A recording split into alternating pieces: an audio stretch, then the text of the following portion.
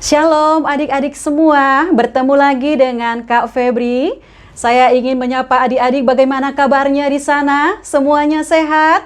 Coba angkat tanganmu, lambaikan supaya kita bisa melihat bahwa semua baik-baik saja, semua sehat-sehat saja. Nah, selamat berjumpa kembali di dalam ibadah sekolah minggu kita hari ini. Dan kami mau nyambut adik-adik yang baru pertama kali beribadah bersama dengan kita. Terima kasih buat kehadirannya, boleh bersama beribadah hari ini.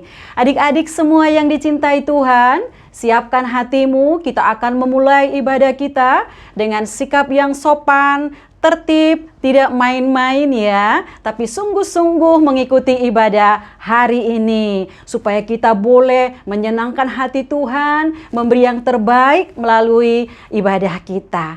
Nah, sebelum kita akan mulai ibadah kita, mari kita berdoa terlebih dahulu dipimpin oleh Kak Mika. Mari kita lipat tangan dan tutup mata.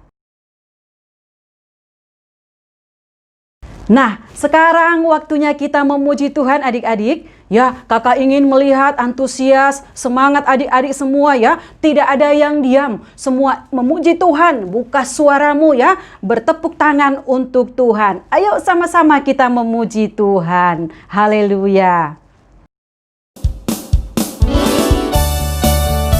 Ingat ya adik-adik, kasih Yesus manis dan indah. Sekarang kita bernyanyi ya, memuji Tuhan.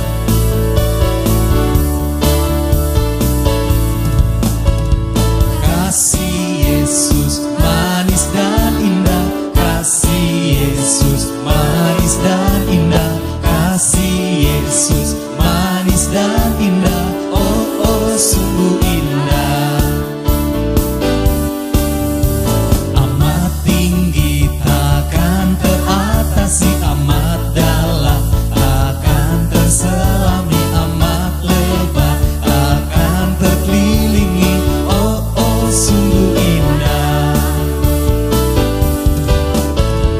Kasih Yesus manis dan indah, kasih Yesus manis dan indah, kasih Yesus manis dan indah, oh oh sungguh indah. Kasih Yesus itu tinggi banget. Benar kan Kak Karen dan Kak Dixon? Sekarang kita nyanyi lagi ya. Setinggi-tingginya langit, lebih tinggi kasih Yesusku. Sedalam-dalam lautan, lebih dalam kasih Yesusku. Seindah-indah pelangi, lebih indah kasih Yesusku. Kasih Yesus, oh kasih Yesus, mengalahkan segalanya. Kasih Yesus, oh kasih Yesus, mengalahkan segalanya.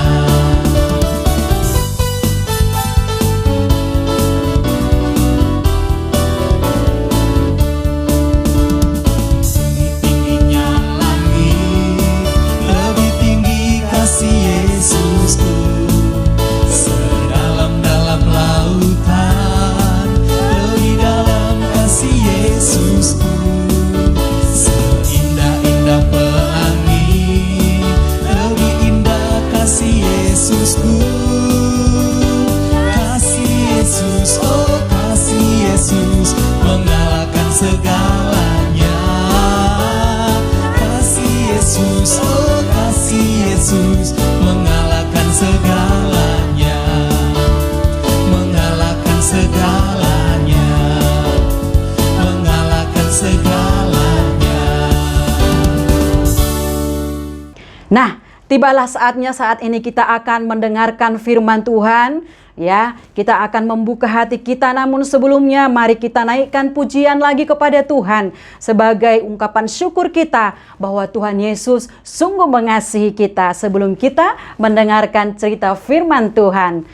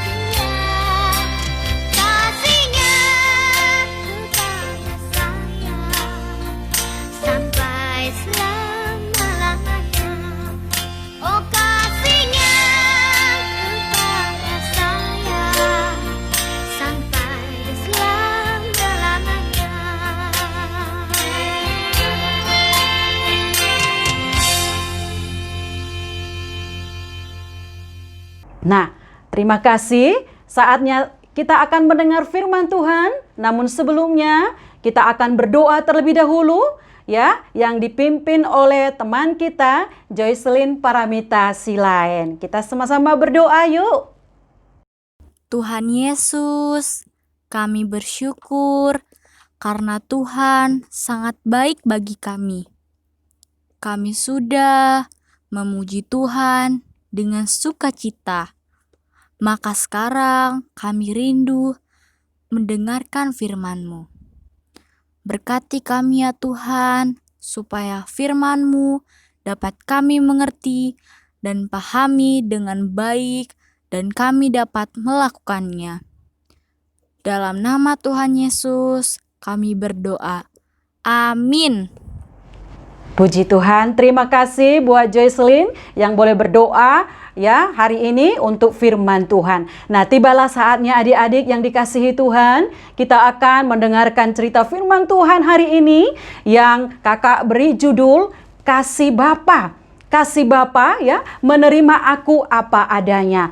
Nah, kakak mau mengingatkan kepada adik-adik ya, kira-kira ada yang masih ingat nggak cerita minggu lalu yang disampaikan oleh Kak Freddy Situmorang? Ayo, siapa yang sudah bercerita tentang surga dan manusia? Waktu itu kan kakak ingat loh, Kak Freddy bilang supaya kita boleh bercerita kepada papa, mama, kakak, adik, teman siapapun tentang surga dan manusia. Apa adik-adik sudah lakukan itu? Kakak yakin percaya semua sudah melakukannya. Nah, hari ini tema kita akan judulnya yaitu tentang kasih Bapa. Siapa yang percaya dan sungguh merasakan bahwa Yesus Tuhan sungguh mengasihi adik-adik? Coba lambaikan tanganmu. Hari ini semua lambaikan tangan ya. Kita percaya 1 minggu ini kita sudah diberkati Tuhan.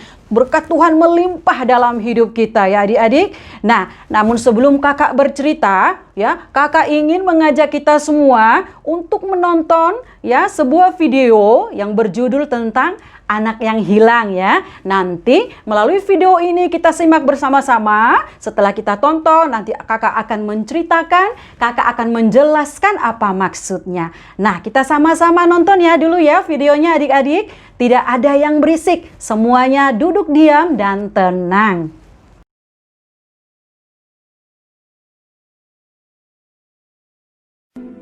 Ada seorang mempunyai 2 anak laki-laki.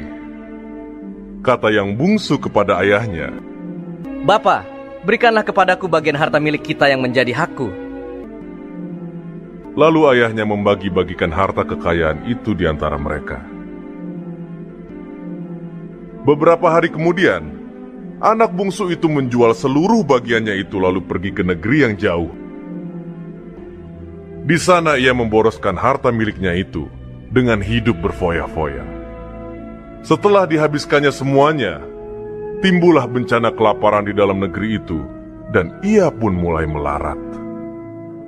Lalu ia pergi dan bekerja pada seorang majikan di negeri itu.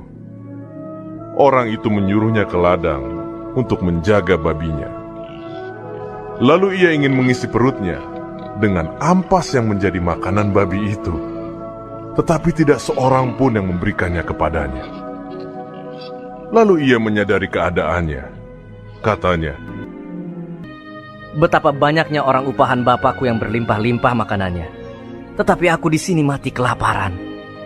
Aku akan bangkit dan pergi kepada bapakku dan berkata kepadanya, 'Bapa, aku telah berdosa terhadap sorga dan terhadap Bapa. Aku tidak layak lagi disebutkan anak Bapa. Jadikanlah aku sebagai salah seorang upahan Bapa.' Maka bangkitlah ia dan pergi kepada bapaknya. Ketika ia masih jauh, ayahnya telah melihatnya. Lalu tergeraklah hatinya oleh belas kasihan. Ayahnya itu berlari mendapatkan dia lalu merangkul dan mencium dia. Kata anak itu kepadanya, "Bapa, aku telah berdosa terhadap sorga dan terhadap Bapa. Aku tidak layak lagi disebutkan anak Bapa." Tetapi ayah itu berkata kepada hamba-hambanya, "Lekaslah bawa kemari jubah yang terbaik, pakaikanlah itu kepadanya, dan kenakanlah cincin pada jarinya dan sepatu pada kakinya.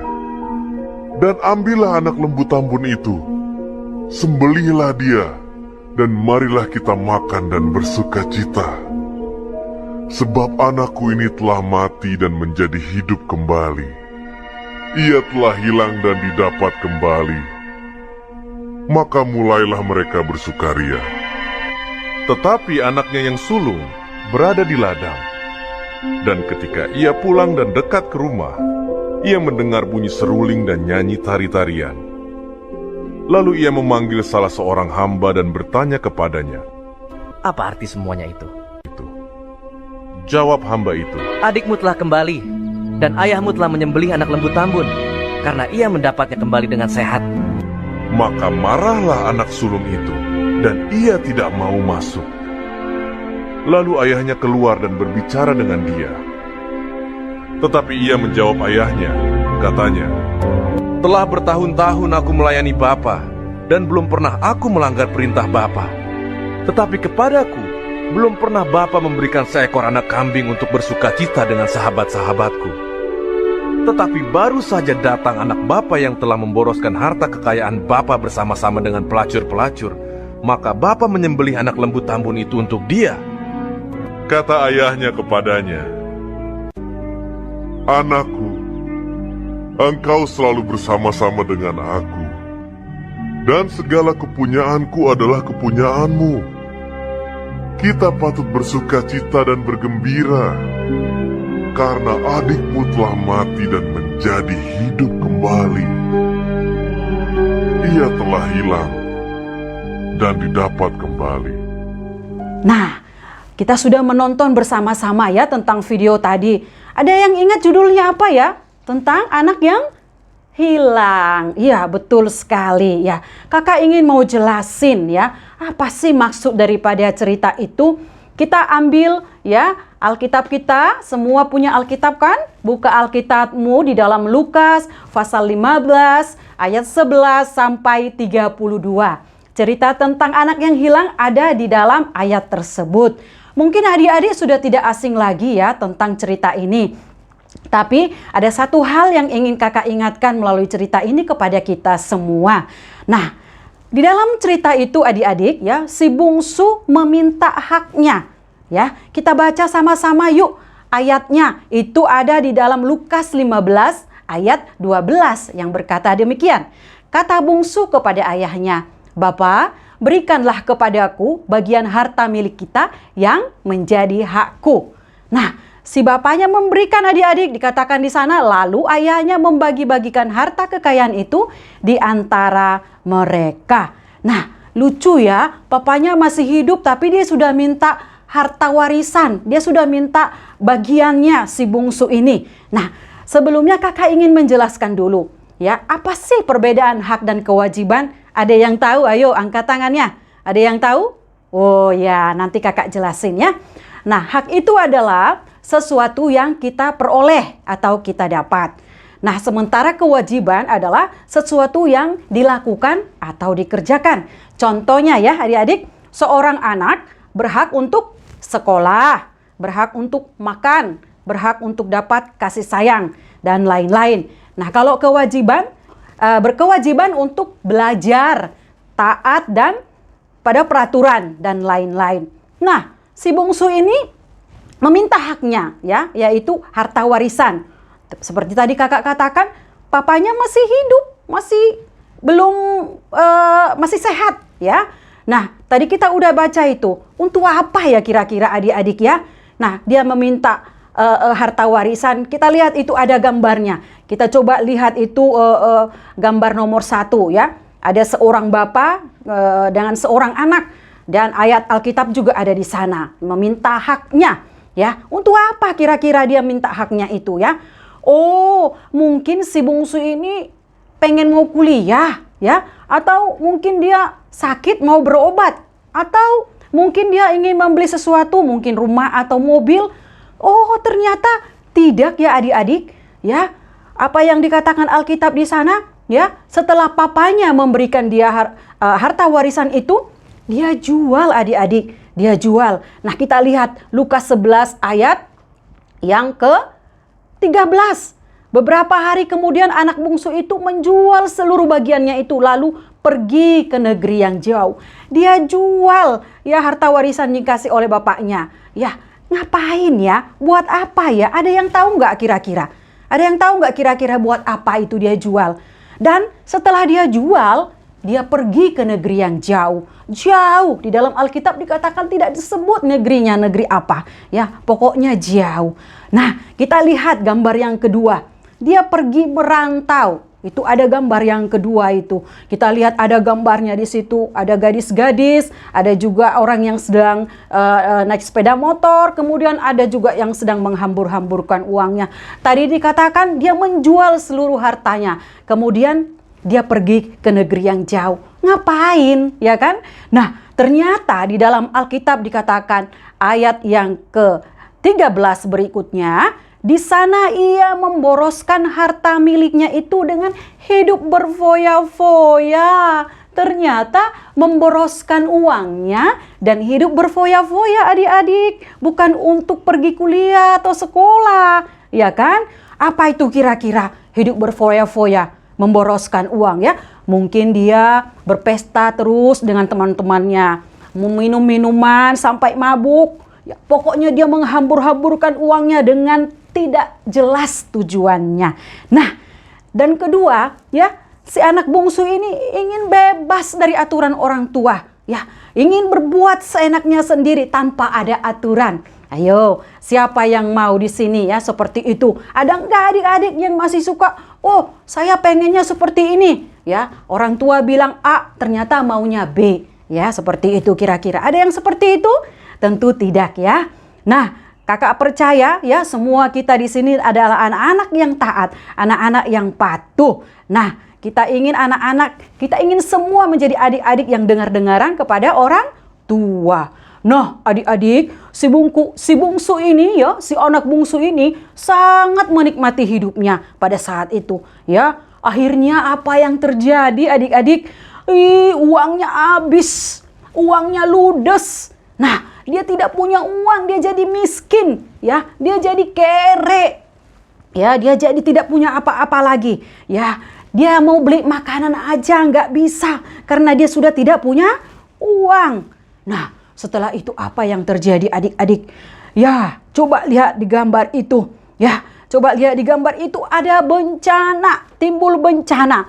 Ya, di dalam Lukas 15 itu dikatakan ayatnya yang ke-14. Kakak baca ya, setelah dihabiskannya semuanya timbullah bencana kelaparan di dalam negeri itu. Dan ia pun mulai melarat, mulai miskin, gak punya apa-apa lagi adik-adik.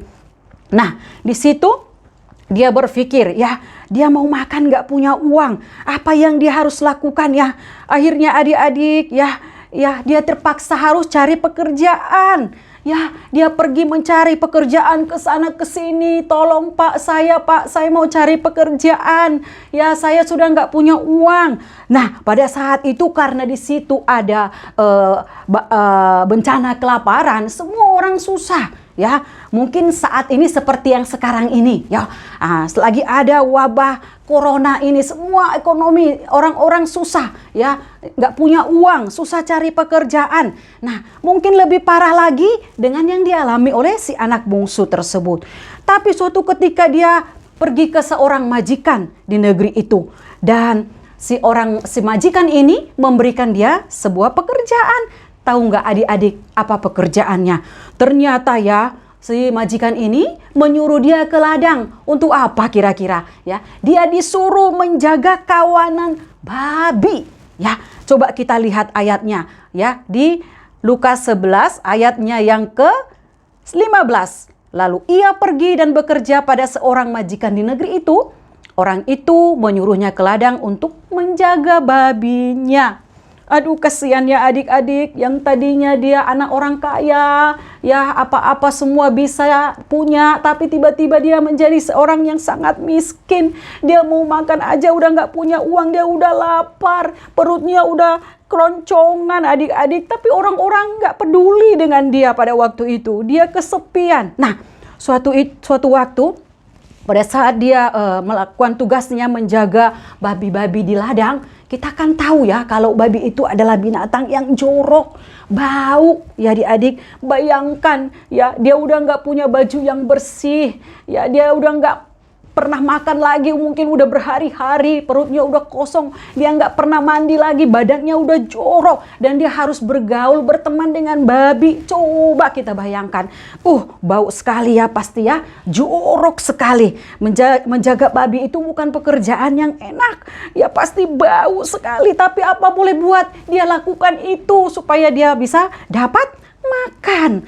Nah, adik-adik yang dikasihi Tuhan, ya karena dia sudah sangat lapar, ya ternyata si anak bungsu ini udah nggak tahan. Aduh, udah lapar nih. Waktu dia melihat babi-babi itu makan, ada keinginan ya untuk si bungsu ini memakan makanan ampas itu, adik-adik. Saking dia sudah sangat lapar sekali, adik-adik. Nah, kita lihat di dalam Lukas itu di ayat yang ke-16 dikatakan, lalu ia ingin mengisi perutnya dengan ampas yang menjadi makanan babi itu, tetapi tidak seorang pun yang memberikannya kepadanya. Wah, sangat-sangat mengerikan ya, sangat menyedihkan sekali adik-adik. Nah, pada saat itulah waktu dia menjaga babi-babi itu, ya kita lihat gambar berikutnya adik-adik ya. Dia merenung di sana. Mungkin dia menangis ya. Terjadilah penyesalan di sana. Dia melihat babi-babi sedang lahap makan, ternyata dia perutnya kosong, tidak ada yang memberikan dia makanan. Lalu dia berpikir dalam hatinya begini, wah betapa bodohnya saya. Betapa banyak orang-orang di rumah bapakku, makanan berlimpah-limpah, tetapi aku di sini mati kelaparan. Itu ada di dalam ayat yang ke-17 ya. Lalu ia menyadari keadaannya. Katanya, betapa banyak orang upahan bapakku yang berlimpah-limpah makanannya, tetapi aku di sini mati kelaparan. Nah, betapa sungguh menyedihkan adik-adik. Tapi pada saat itulah ya, si anak bungsu ini menyadari ya siapa hidupnya, ya mengapa dia seperti itu. Terjadilah penyesalan. Di dalam hatinya dia berkata, aku sudah berdosa kepada sorga, aku juga sudah berdosa kepada ayahku. Nah, dia juga merasakan adik-adik saat itu dia tidak layak. Ya, dia ingin pulang ke rumah ayahnya. Dia ingin kembali kepada ayahnya. Inilah adik-adik saatnya ya si anak bungsu itu menyadari bahwa hidupnya itu sungguh-sungguh sudah terpuruk, tidak punya apa-apa lagi ya. Beli makanan aja udah nggak bisa karena nggak punya uang. Tapi dia sungguh menangis. Dia bilang, Tuhan Bapak, ampuni aku. Aku ingin kembali Bapak. Aku tidak layak Bapak. Aku tidak layak. Aku tidak layak kepadamu. Tapi dia yakin percaya. Dia mengambil satu tekad di dalam hatinya. Dia mengambil satu keputusan di dalam hatinya. Nah adik-adik kita lihat selanjutnya. Dia langsung bertindak. Aku akan bangkit dan pergi kepada bapakku dan berkata kepadanya, Bapa, aku telah berdosa terhadap sorga dan kepada Bapa. Aku tidak layak lagi disebutkan anak Bapa. Jadikanlah aku sebagai salah seorang upahan Bapa. Itulah yang dia katakan di dalam hatinya. Pada waktu itu dia langsung berdiri, dia langsung pergi. Nah, di tempat yang berbeda, di rumah bapaknya, kita boleh melihat adik-adik melalui cerita ini ya. Kakak juga bisa membayangkan bagaimana bapaknya menunggu dia setiap hari, mungkin pagi, siang, sore. Bapaknya selalu menatap ke arah jalan. Kapan anakku ini kembali? Kapan anakku ini muncul? Karena kerinduan yang begitu dalam di dalam hati bapaknya. Bapaknya terus menanti si bungsu kembali. Setiap saat, mungkin setiap menit dia melihat ke arah jalan. Kapan anakku kembali? Nah, disinilah kita bisa melihat adik-adik betapa si bapak ini, si ayah ini sungguh mengasihi anaknya. Dia ingin anaknya kembali kepadanya. Nah, setelah anak ini tiba-tiba datang di ujung jalan adik-adik, bapaknya masih melihat dia dari kejauhan adik-adik. Lalu bapaknya berlari menyongsong dia. Dan dia melihat anaknya, anakku. Langsung dia memeluk anaknya. Ada ayatnya adik-adik. Ya kita baca ayat yang ke-20 katanya. Maka bangkitlah ia dan pergi kepada bapa. Ketika ia masih jauh, ayahnya telah melihatnya. Lalu tergeraklah hatinya oleh belas kasihan. Ayahnya itu berlari mendapatkan dia. Lalu merangkul merangkul dan menciumi dia. Mereka menangis adik-adik dengan sukacita karena anaknya sudah kembali. Betapa bapaknya sungguh mengasihi anaknya ya adik-adik ya, luar biasa ya. Nah adik-adik, kakak percaya juga ya Bapak kita di rumah, ayah kita juga sungguh mengasihi kita. Tapi ada satu pribadi yang lebih mengasihi kita, yaitu Bapak kita yang di sorga. Kalau Bapak kita yang di dunia itu terbatas adanya, tapi Bapak kita yang di sorga itu tidak terbatas. Akhirnya apa yang dilakukan oleh si Bapak ini adik-adik? Coba kita lihat gambarnya. Ini bahwa ayahnya ini sungguh mengasihi dia. Bukti kasih ayahnya. Apakah si ayah lalu tiba-tiba, "Oh, ngapain kamu datang? Ngapain kamu kembali? Sono, pergi lagi." Apakah seperti itu? Tidak kan adik-adik? Waktu dia sudah ketemu sama ayahnya, dia bilang, "Ayah, aku sudah berdosa terhadap sorga dan terhadap Bapa." Itu ada di dalam ayat yang ke-21. Aku nggak layak lagi ayah disebut anak ayah. Tetapi ayat yang ke-22 dikatakan adik-adik, tapi ayah itu berkata kepada hamba-hambanya, "Lekaslah bawa kemari jubah yang terbaik." Yang pertama ya, ada di gambar itu adik-adik, coba perhatikan. Bapaknya memberikan dia jubah yang indah. Jubah yang sangat bagus.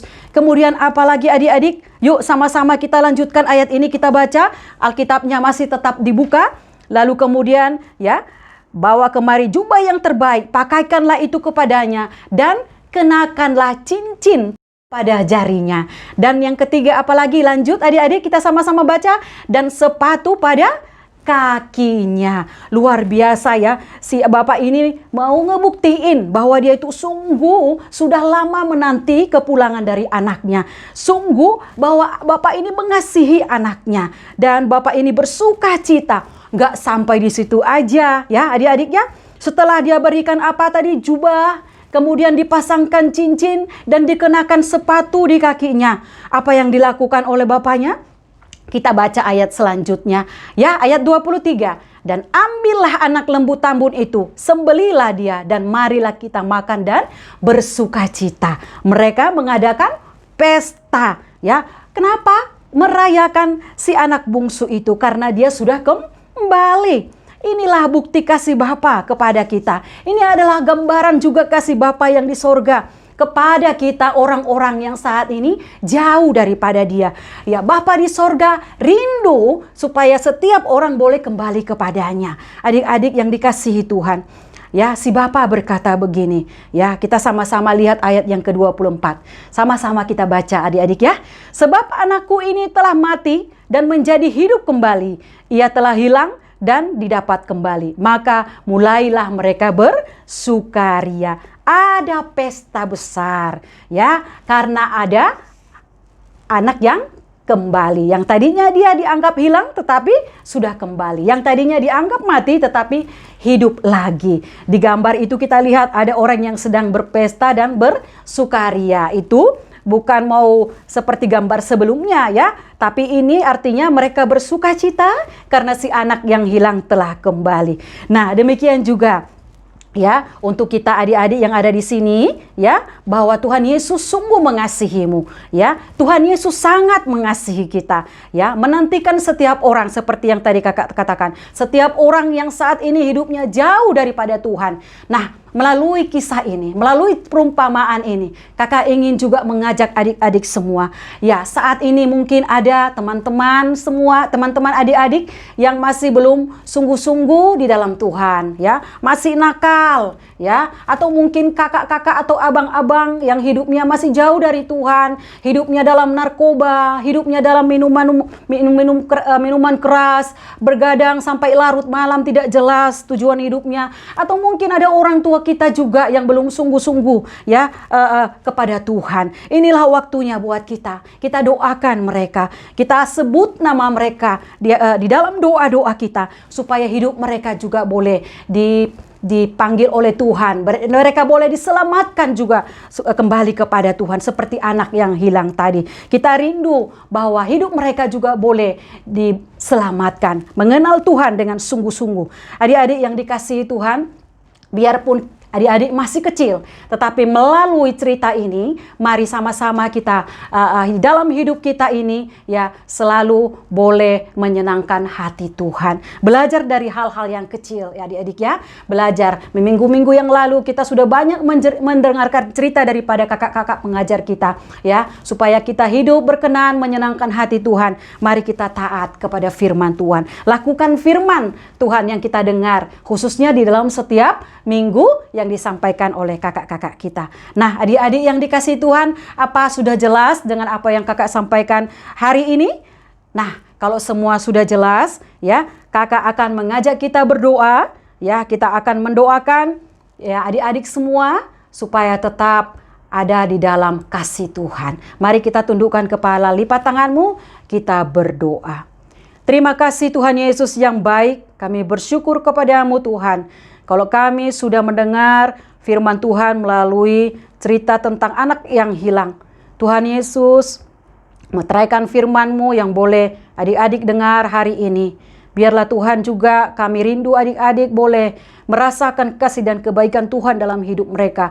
Sehingga ke depannya Tuhan mereka tetap berjalan di dalam jalurnya Tuhan. Mereka tetap berjalan di dalam rencananya Tuhan. Kami berdoa juga Tuhan, mungkin ada saudara-saudara daripada adik-adik di rumah, bahkan orang tua mereka juga ya Tuhan yang masih jauh daripada Tuhan. Biarlah Engkau jamah mereka Tuhan, Tuhan pulihkan mereka agar mereka boleh kembali kepada Tuhan dengan sungguh-sungguh. Kami mengucap syukur Tuhan, sekali lagi kami mengucap syukur buat firman Tuhan hari ini yang boleh kami dengarkan. Di dalam nama Tuhan Yesus Kristus kami berdoa, amin. Adik-adik yang dikasihi Tuhan, setelah kita mendengarkan firman Tuhan, kakak ingin juga memberikan kalian tugas ya di rumah ya.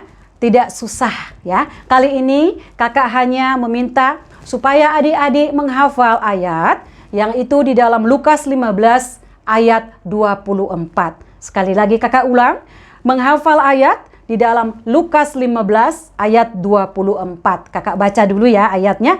Sebab anakku ini telah mati dan menjadi hidup kembali.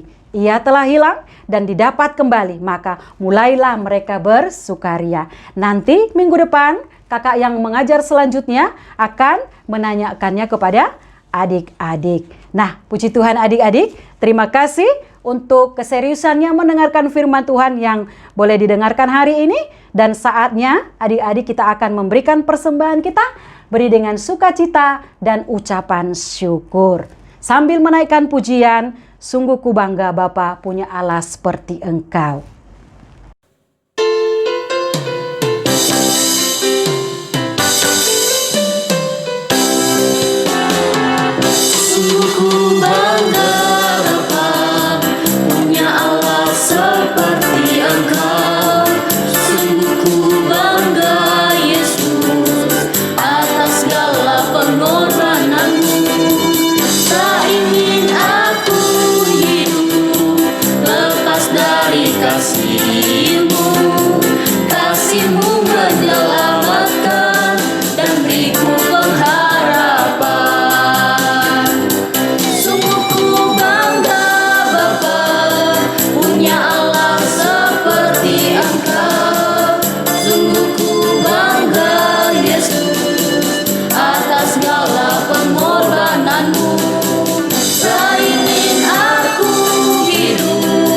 Lepas dari kasih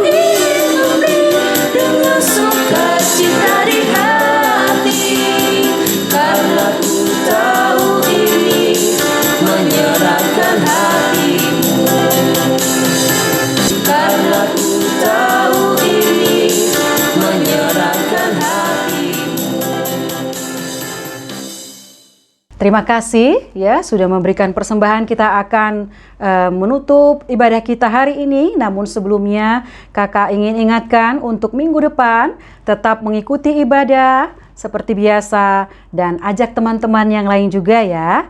Dan jangan lupa dengan tugas yang tadi Kak Febri sampaikan, menghafal ayat ya. Nah, setelah itu kita akan berdoa mengakhiri ibadah kita hari ini. Semuanya mari kita berdoa. Kami bersyukur kepadamu Tuhan Yesus, di mana Tuhan telah memberkati kami di dalam ibadah ini mulai dari awal hingga selesai. Semua yang boleh dipersembahkan, pujian kami, penyembahan kami, doa-doa yang dinaikkan, bahkan firman Tuhan yang sudah kami dengarkan, Tuhan memberkati. Dan semua itu untuk kemuliaan bagi nama Tuhan. Biarlah Tuhan saja yang ditinggikan di dalam hidup kami. Terima kasih Tuhan untuk hari ini, untuk adik-adik yang boleh hadir dalam ibadah ini. Tuhan memberkati mereka untuk 1 minggu ke depan. Biarlah Tuhan yang menuntun langkah hidup mereka, baik di dalam sekolah mereka. Tuhan berkati, beri kepintaran, kecerdasan ya Tuhan, khususnya di dalam pembelajaran online yang saat ini sedang dilakukan.